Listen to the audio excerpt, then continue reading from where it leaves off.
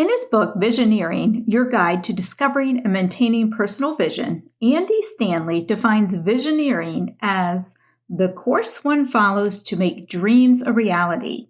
It is the process whereby ideas and convictions take on substance. And visioneering is also the second waypoint in the Discovering Your Calling process and our topic for today's episode. Let's get started inside this podcast. Welcome to the Discovering Your Calling podcast. I'm your host, Sherry Miter. I'm here to help you unleash your strengths and get clarity on your calling. I believe when you find your purpose in life, fulfillment, joy, and success will follow. If you're ready, pop in those earbuds, hit that follow button, and join me on this journey toward discovering your calling. Welcome back, friends. This is your host, Sherry Miter, and I am excited to continue our 8-week challenge. Last week I shared how knowing your natural talent is a vital piece of the calling puzzle, as I like to say it. And it's why I'm passionate. And I also shared why I'm passionate about Clifton Strengths. And I hope that it might have inspired you to either pull back out your Clifton Strengths report that maybe you took years ago and just take a fresh look at it. Or maybe it inspired you to go ahead and take the assessment if you've never done that. And if you missed the episode, make sure you go back and listen to that one, because as I shared a couple weeks ago when we kicked off the 8-week challenge, that each of these waypoints or phases build upon each other. So go back and listen to that one after you listen to this one. It's okay if you do visioneering before strengths, but it'll get very confusing if you don't do the strengths one as you venture into this journey. So anyway, hope that makes sense. So today is waypoint number 2 of the 8 waypoints in the Discovering Your Calling Academy. And as I shared in the teaser opening, it's visioneering.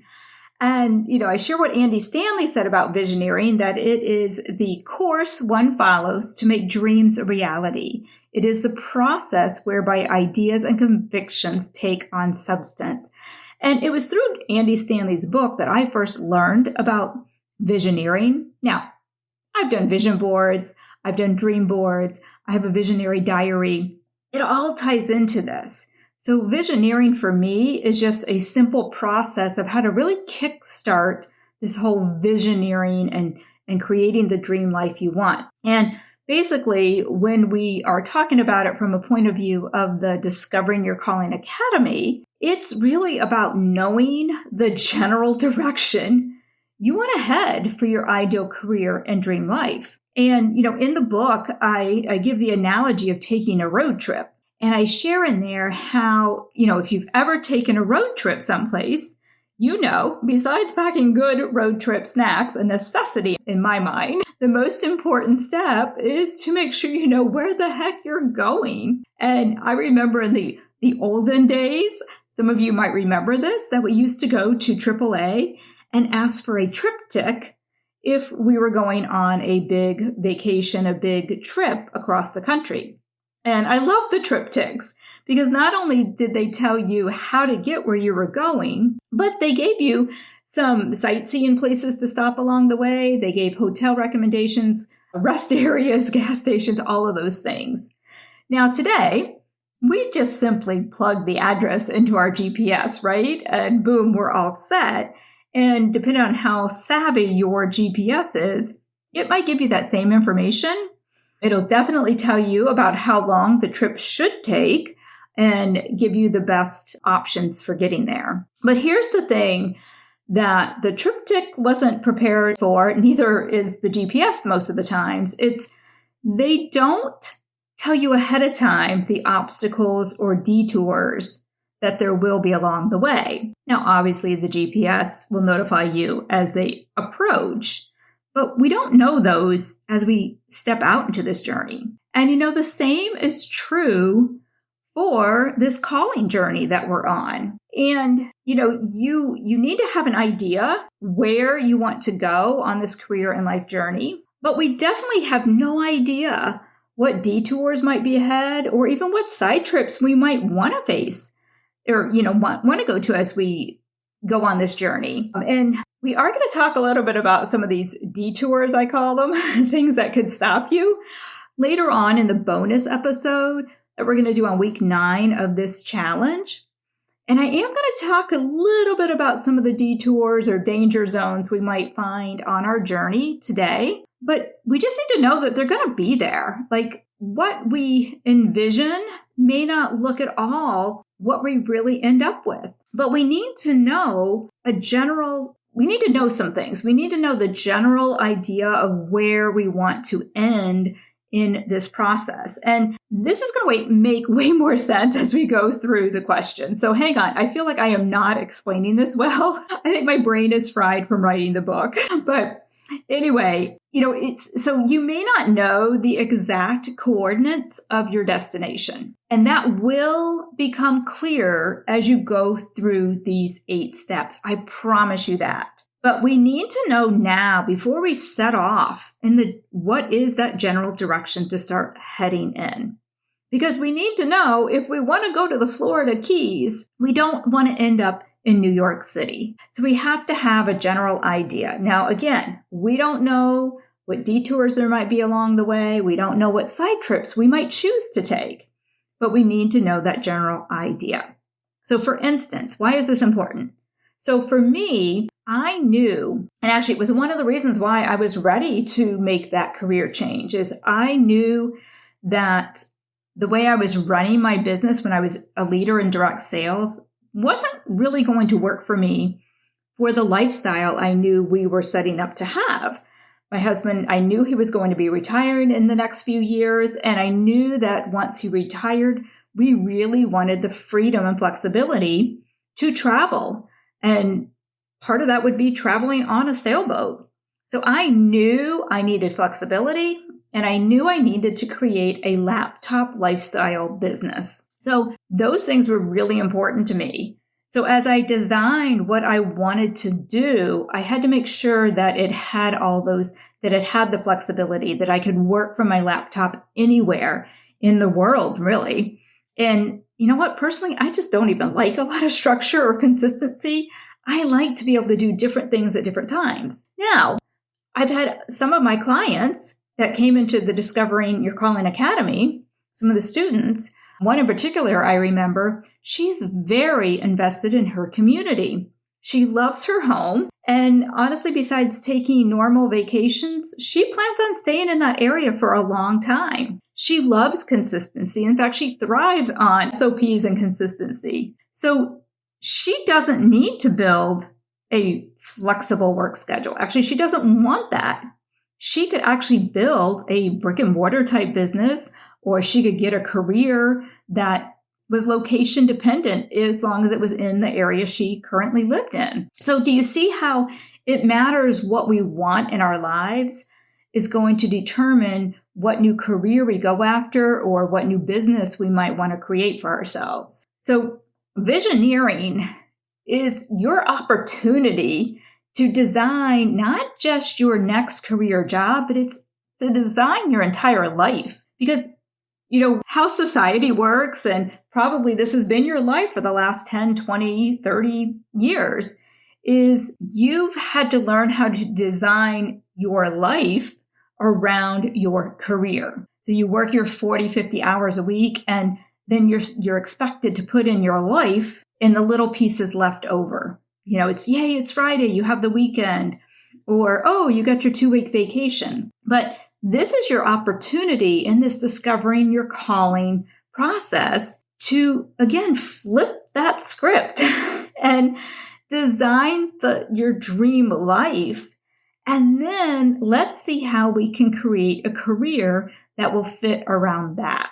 And yes, that is possible. And this step is often overlooked, but it's just another one that if you don't spend time really, really thinking about it, your what's next career may not allow you to create your ideal life. You may end up feeling trapped in whatever you've created, or trapped in the new title that you took on, or trapped in the new company that you're working for. So that's why it's vital that we take the time to think about these questions. And that's also why I put this visioneering stage, this visioneering phase towards the beginning of this journey. So this is where, again, that you could really dream and create something bigger and better than you've ever imagined in your life. And, create this thing that you really, really want. Now, before we jump in, I want to say this, because this actually kind of surprised me when I experienced this in one of our Discovering Your Calling Academy cohorts, is that dreaming and visioneering can be really hard for some people. Now, personally, I love it because I'm high futuristic. So I live in the future. It's just where I naturally tend to think about is where are we going 5 years down the road, 3 years down the road? I'm actually the opposite. Sometimes I have a hard time living in the now. So for me, this comes very naturally, very easy, or very natural, I should say, very easy. But for some of the students I've had, they find this really, really challenging. And I also think that if we've never been in an arena, in a life, maybe our parents didn't raise us this way, maybe you heard as a child, quit dreaming, or you're always dreaming about these things. That's never going to happen. So we stop dreaming. And the older we get and the more life throws at us, that wasn't our original plans, the harder it is to let ourselves dream. Maybe you've been crushed and, by dreams that you once had that didn't come true. And so you just don't let yourself go there anymore. And I promise that today I'm going to guide you through the process so it will become easier for you to start thinking of possibilities and just kind of allowing yourself again that freedom to just open up your mind and to dream a little bit, to visioneer what you really want to happen. And just imagine what if it could happen. And if you find this challenging, all I ask is that you just step into the possibilities, that there possibly could be this waiting for you. And what would that look like? So, as we do take this journey, I promise it will also become easier to really believe that your dream life can become a reality. Now, this is also why I do encourage you, if you haven't yet, join me in the Discovering Your Calling Facebook community, because the more you're surrounded by like-minded women and men and who are on the same journey, we can encourage you. We can really infuse you with this possibility thinking and give you back that ability to dream about your future. Okay. So the other thing I need to say before we jump into some questions I have for you today is that this waypoint or phase requires you to do a lot of work. So in last week's episode about strengths and working in your talents, I did most of the talking and you just got to sit and listen and take in the information. There really wasn't a lot you had to do, but just listen and take it in. Not today. Today is about dreaming, as I've been sharing, and it's about journaling. And again, it's just about allowing yourself to step into this possibility thinking. Now, I'm going to guide you through 8 questions today to get you in this dreaming frame of mind. And here's the thing, this podcast is going to be a little different.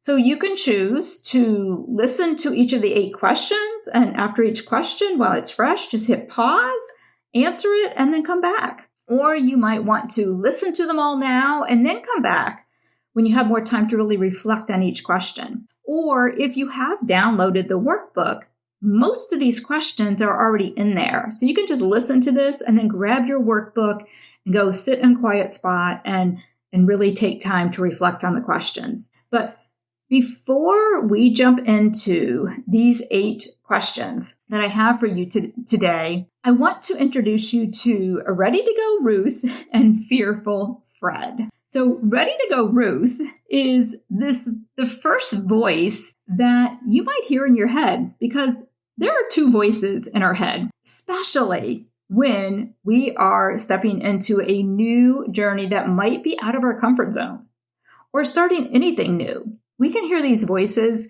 whether it's a new career, maybe you already have a new job, maybe it's buying a house, maybe it's planning to have a family, maybe you're moving, anytime something different is changing in your life, you're probably going to hear these two voices. So again, this first voice is ready to go Ruth.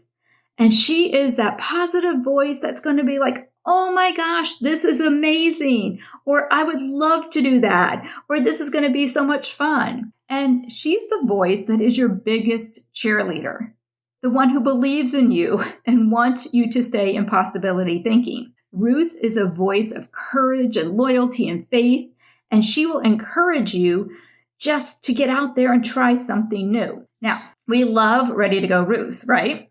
But the other voice is Fearful Fred, and he's the negative voice in our head. He's usually the second voice we hear, and he wants to keep us stuck in status quo. Fred usually says things like, "Are you crazy?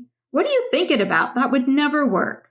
Or somebody else could do it, but not you. Or maybe he even says things like, "Who do you think you are? You aren't qualified to do that." You see, Fred is fearful and wants to keep you safely inside of your comfort zone. Hence, Fearful Fred. Now, they are your travel companions on this journey of discovering your calling. And honestly, anytime you are stepping out of your comfort zone or trying something new, again, you are probably going to hear from Ready to Go Ruth and Fearful Fred. And definitely, as you're visioneering your ideal life, be ready for them to speak up. But Ready to Go Ruth is going to be cheering you on with thoughts like, "You'd be so good at that. Imagine how much fun that would be. I bet you could build a great business doing that." And Fearful Fred's going to be there joining the conversation with thoughts like, "What are you thinking? You're not qualified to do that. Why would you give up on a secure job to start over again?" Now, we cannot get rid of them. We can't just drop them off on the side of the road, but we can be aware that they're there and we can be ready for them. And I'll have some key points at the end of this episode to share with you on how to silence them. But for now, we can let Ruth ride shotgun, but let's put Fearful Fred in the back seat. Maybe even in one of those, remember the way back seats in the 1970s era station wagons where you faced looking backwards? Let's put Fearful Fred back there. Okay, so now that we've got that out of the way, we know about these two voices we are going to hear from. We know what visioneering is. Let's jump into the 8 questions to help you visioneer your future. Now, these are just going to touch the surface to spur your thinking. Feel free to go even in more depth into these questions when you have the time. I highly recommend, again, that you go ahead and listen to this podcast or pause it, however you want to do that, like we talked about, but make sure you take the time to really delve into your answers. Don't just go with the surface question, or the surface answer. Dive a little deeper into it. Now, some of these I do ask you to just go with your gut answer because sometimes our gut is the right answer. But for most of these, it's going to require you, what do I really want? Like they're probably questions no one's ever asked you before, or maybe you never thought about before. So grab a journal, grab your favorite pen, maybe fix yourself a nice cup of tea or a nice espresso if you need the boost, or maybe go take a walk and go sit by, sit in the park or by your favorite, lake and really delve into these questions. Okay, number 1, and there are 8. Number 1, if you knew you couldn't fail, what would you do?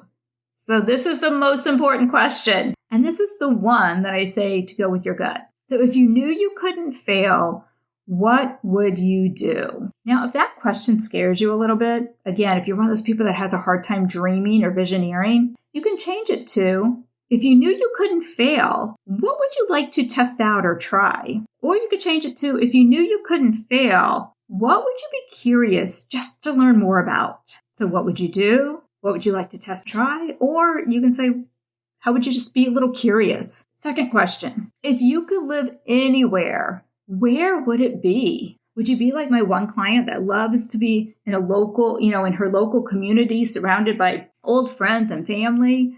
You love where you are and you're never going to leave? Would you want to travel abroad for 3 to 6 months? One of my good friends is currently doing that. They're spending the fall over in Spain, sightseeing around Europe. Would it be a boat or an RV? Would you want a beachfront property or a mountain cabin? Would you want it all? So if you could live anywhere, where would it be? And again, allow yourself to dream. Third question, what would your ideal day and week look like? So think about these things. How many hours would you like to really work? Is it a 40-plus work week? Is it a 20-hour work week? Would you like to follow Tim Ferriss's 4-hour work week?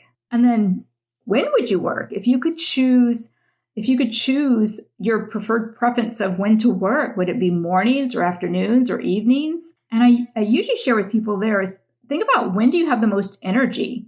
I know for me, I work way better in the morning. I love to get up an hour or two before my husband and come in my office and really get some good, solid work done. That's when my brain is on fire. By the afternoons, I'm just ready to take a nap or take a walk. I'm done. Sometimes I can revive in the evenings if I have my little espresso shot in the afternoon, but otherwise, my best thinking time is in the morning. So when do you have the most energy? That's when you want to work. Have your most productive time. Would you want time to volunteer or do hobbies? So again, what would your ideal day look like?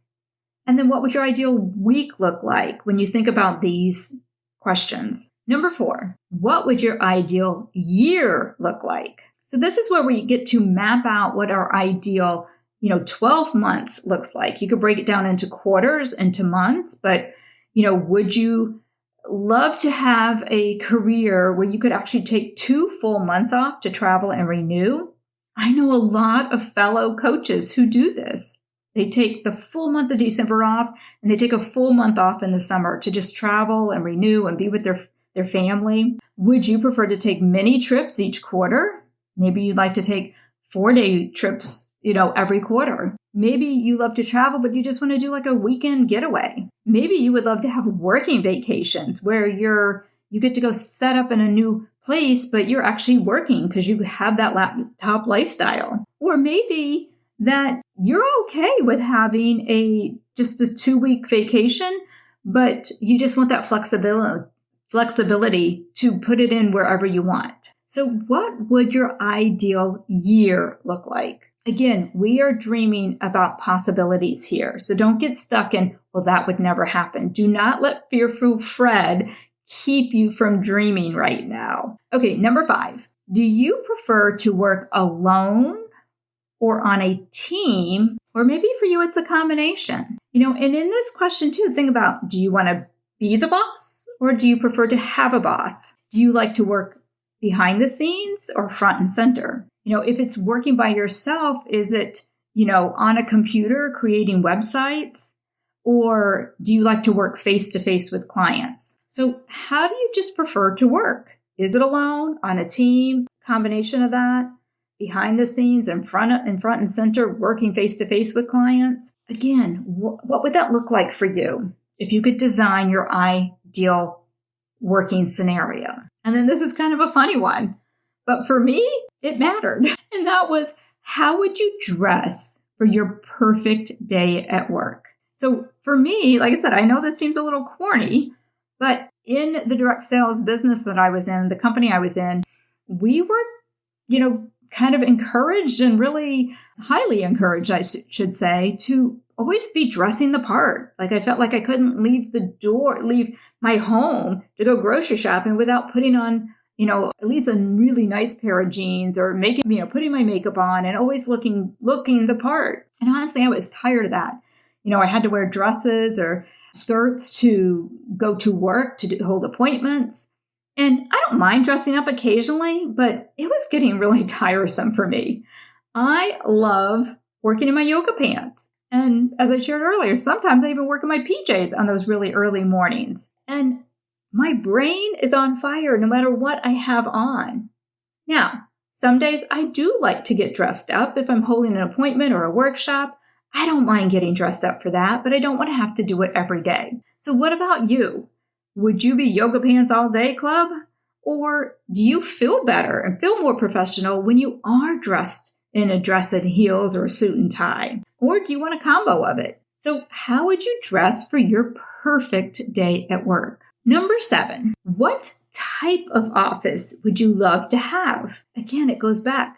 You want that freedom and flexibility and just want a laptop lifestyle that your office could be from anywhere. It could be on your boat. It could be in your RV. It could be at the playground watching the kids. It could be at the beach. Do you love the idea of having a remote but shared office space? I know that it's so popular right now, and it's a great experience where you don't have to have an office, but you get to go be around other professionals. Do you love the idea of creating a beautiful home office? Or does the idea of that swanky office, the corner office in a city building light you up? What type of office would you love to have? And then number 8, this is the final question here for the 8. I have one more for you. But number 8, what type of income would you like to make? Now, later on in the waypoints, we're going to talk about making an impact over income. But, knowing, again, what type of income are we talking about at least gets us heading in the right direction. So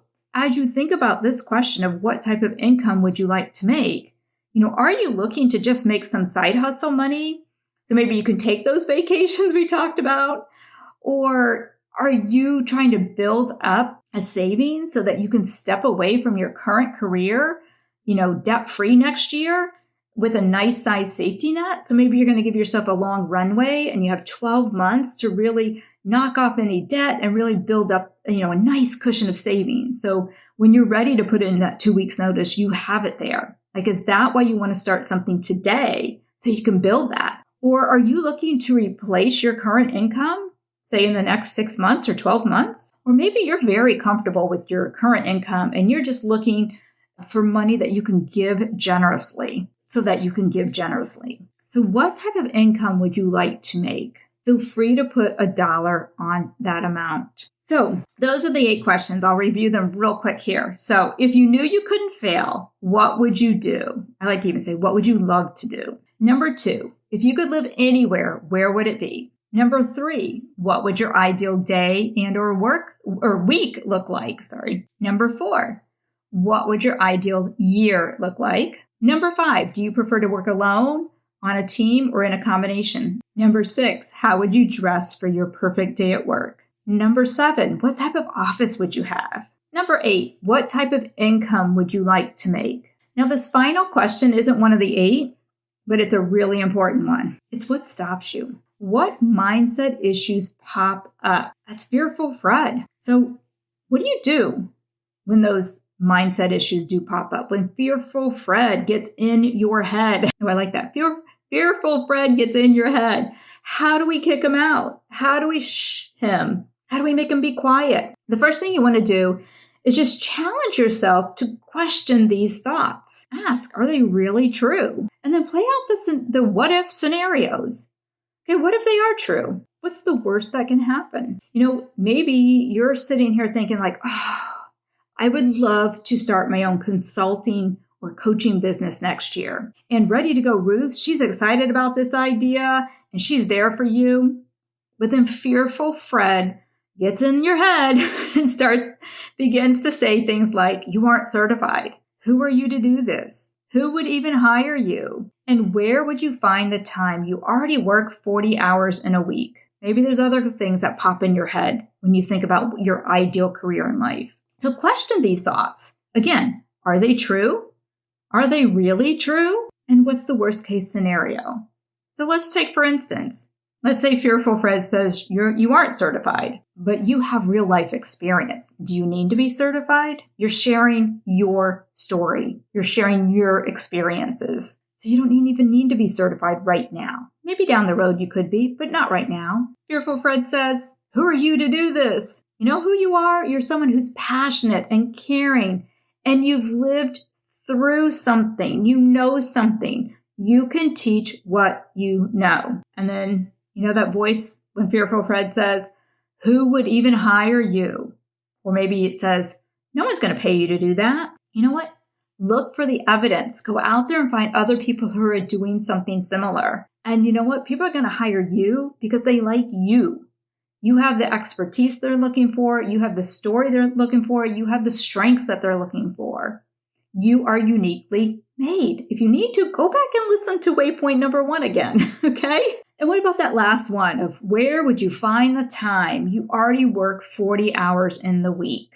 And I'm sure this one for a lot of you hits home. Fearful Fred stays in the conversation a lot around this. And you know what? It probably is true that you work a lot of hours in the week already. You have a full plate. But could you find just 2 hours a week? Could you find 4 hours a week to devote to this new business venture? Or better yet, start asking, how can I find the time to do this? That's another trick to getting rid of Fearful Fred, is flipping the question or the statement he makes back to a question. Instead of accepting it, say, well, how can I do this? If that's the case, how can I do this? So how can you find the 2 to 4 hours a week to devote to this new business venture, or to devote to creating your side hustle, or to devote to searching for the perfect career? So those are some ideas to help you just work through when Fearful Fred gets in your head. All right, we're going to close this up, my friends. And here's your self-work. Just a reminder, go back through the Visioneering exercises, the 8 questions that I posed. Really spend time on that. Number 2, if Fearful Fred shows up, go through these steps we just talked about to create a truth statement to overcome his negative thoughts. And number 3, share anything that popped into your head listening to this today, or what comes up. Maybe share your vision if you want, your highest vision, or maybe share some of the negative thoughts that Fearful Fred's saying and you need help overcoming inside of the Facebook community. That's what it's there for. It's there that you're going to get more support. For me, I can coach you through some of these things. So join us if you haven't yet at the Discovering Your Calling Challenge Facebook community. And you can look for, it's just facebook.com/groups/DYC Challenge. So DYC Challenge for the Discovering Your Calling Challenge Facebook community. And also, I highly, highly, highly encourage you, if you haven't yet, download the workbook. It is your perfect companion to go with these podcast episodes because, as I said, a lot of the questions I mentioned today are already in the workbook. And you can download that at dycworkbook.gr8.com. And there might have to be a backslash there. So DYC workbook, all one word, .gr8, which is the number 8.com. And you can download the workbook. If you need any of those links, they will be in the show notes, or send me a message on Facebook, or send me an email at sherry@sherrymiterco.com. And next week, we're going to be talking about the energy audit, and also why the question you are most asked when working with a career coach, or maybe even at a job interview, or, a counselor, why this is the wrong question. So we'll talk about that next week for Waypoint number 3 of the 8-week Discovering Your Calling Challenge. All right, my friend, if you have any questions, reach out, and I hope to see you inside of the Facebook community. Thank you for spending this time with me. My hope is something you heard today inspires you to take action toward discovering your calling. I just have 2 favors to ask of you before you go. 1, if you found value and enjoyed this episode, please leave us a review on Apple Podcasts or Spotify, and you might hear your review read on a future episode. And 2, can you share this episode with 3 friends who will also enjoy it as much as you did? By doing these things, you will help us grow the podcast to make a bigger impact on the world. And until next week, remember, you've been created to live a life of fulfillment, freedom, purpose, success, and joy.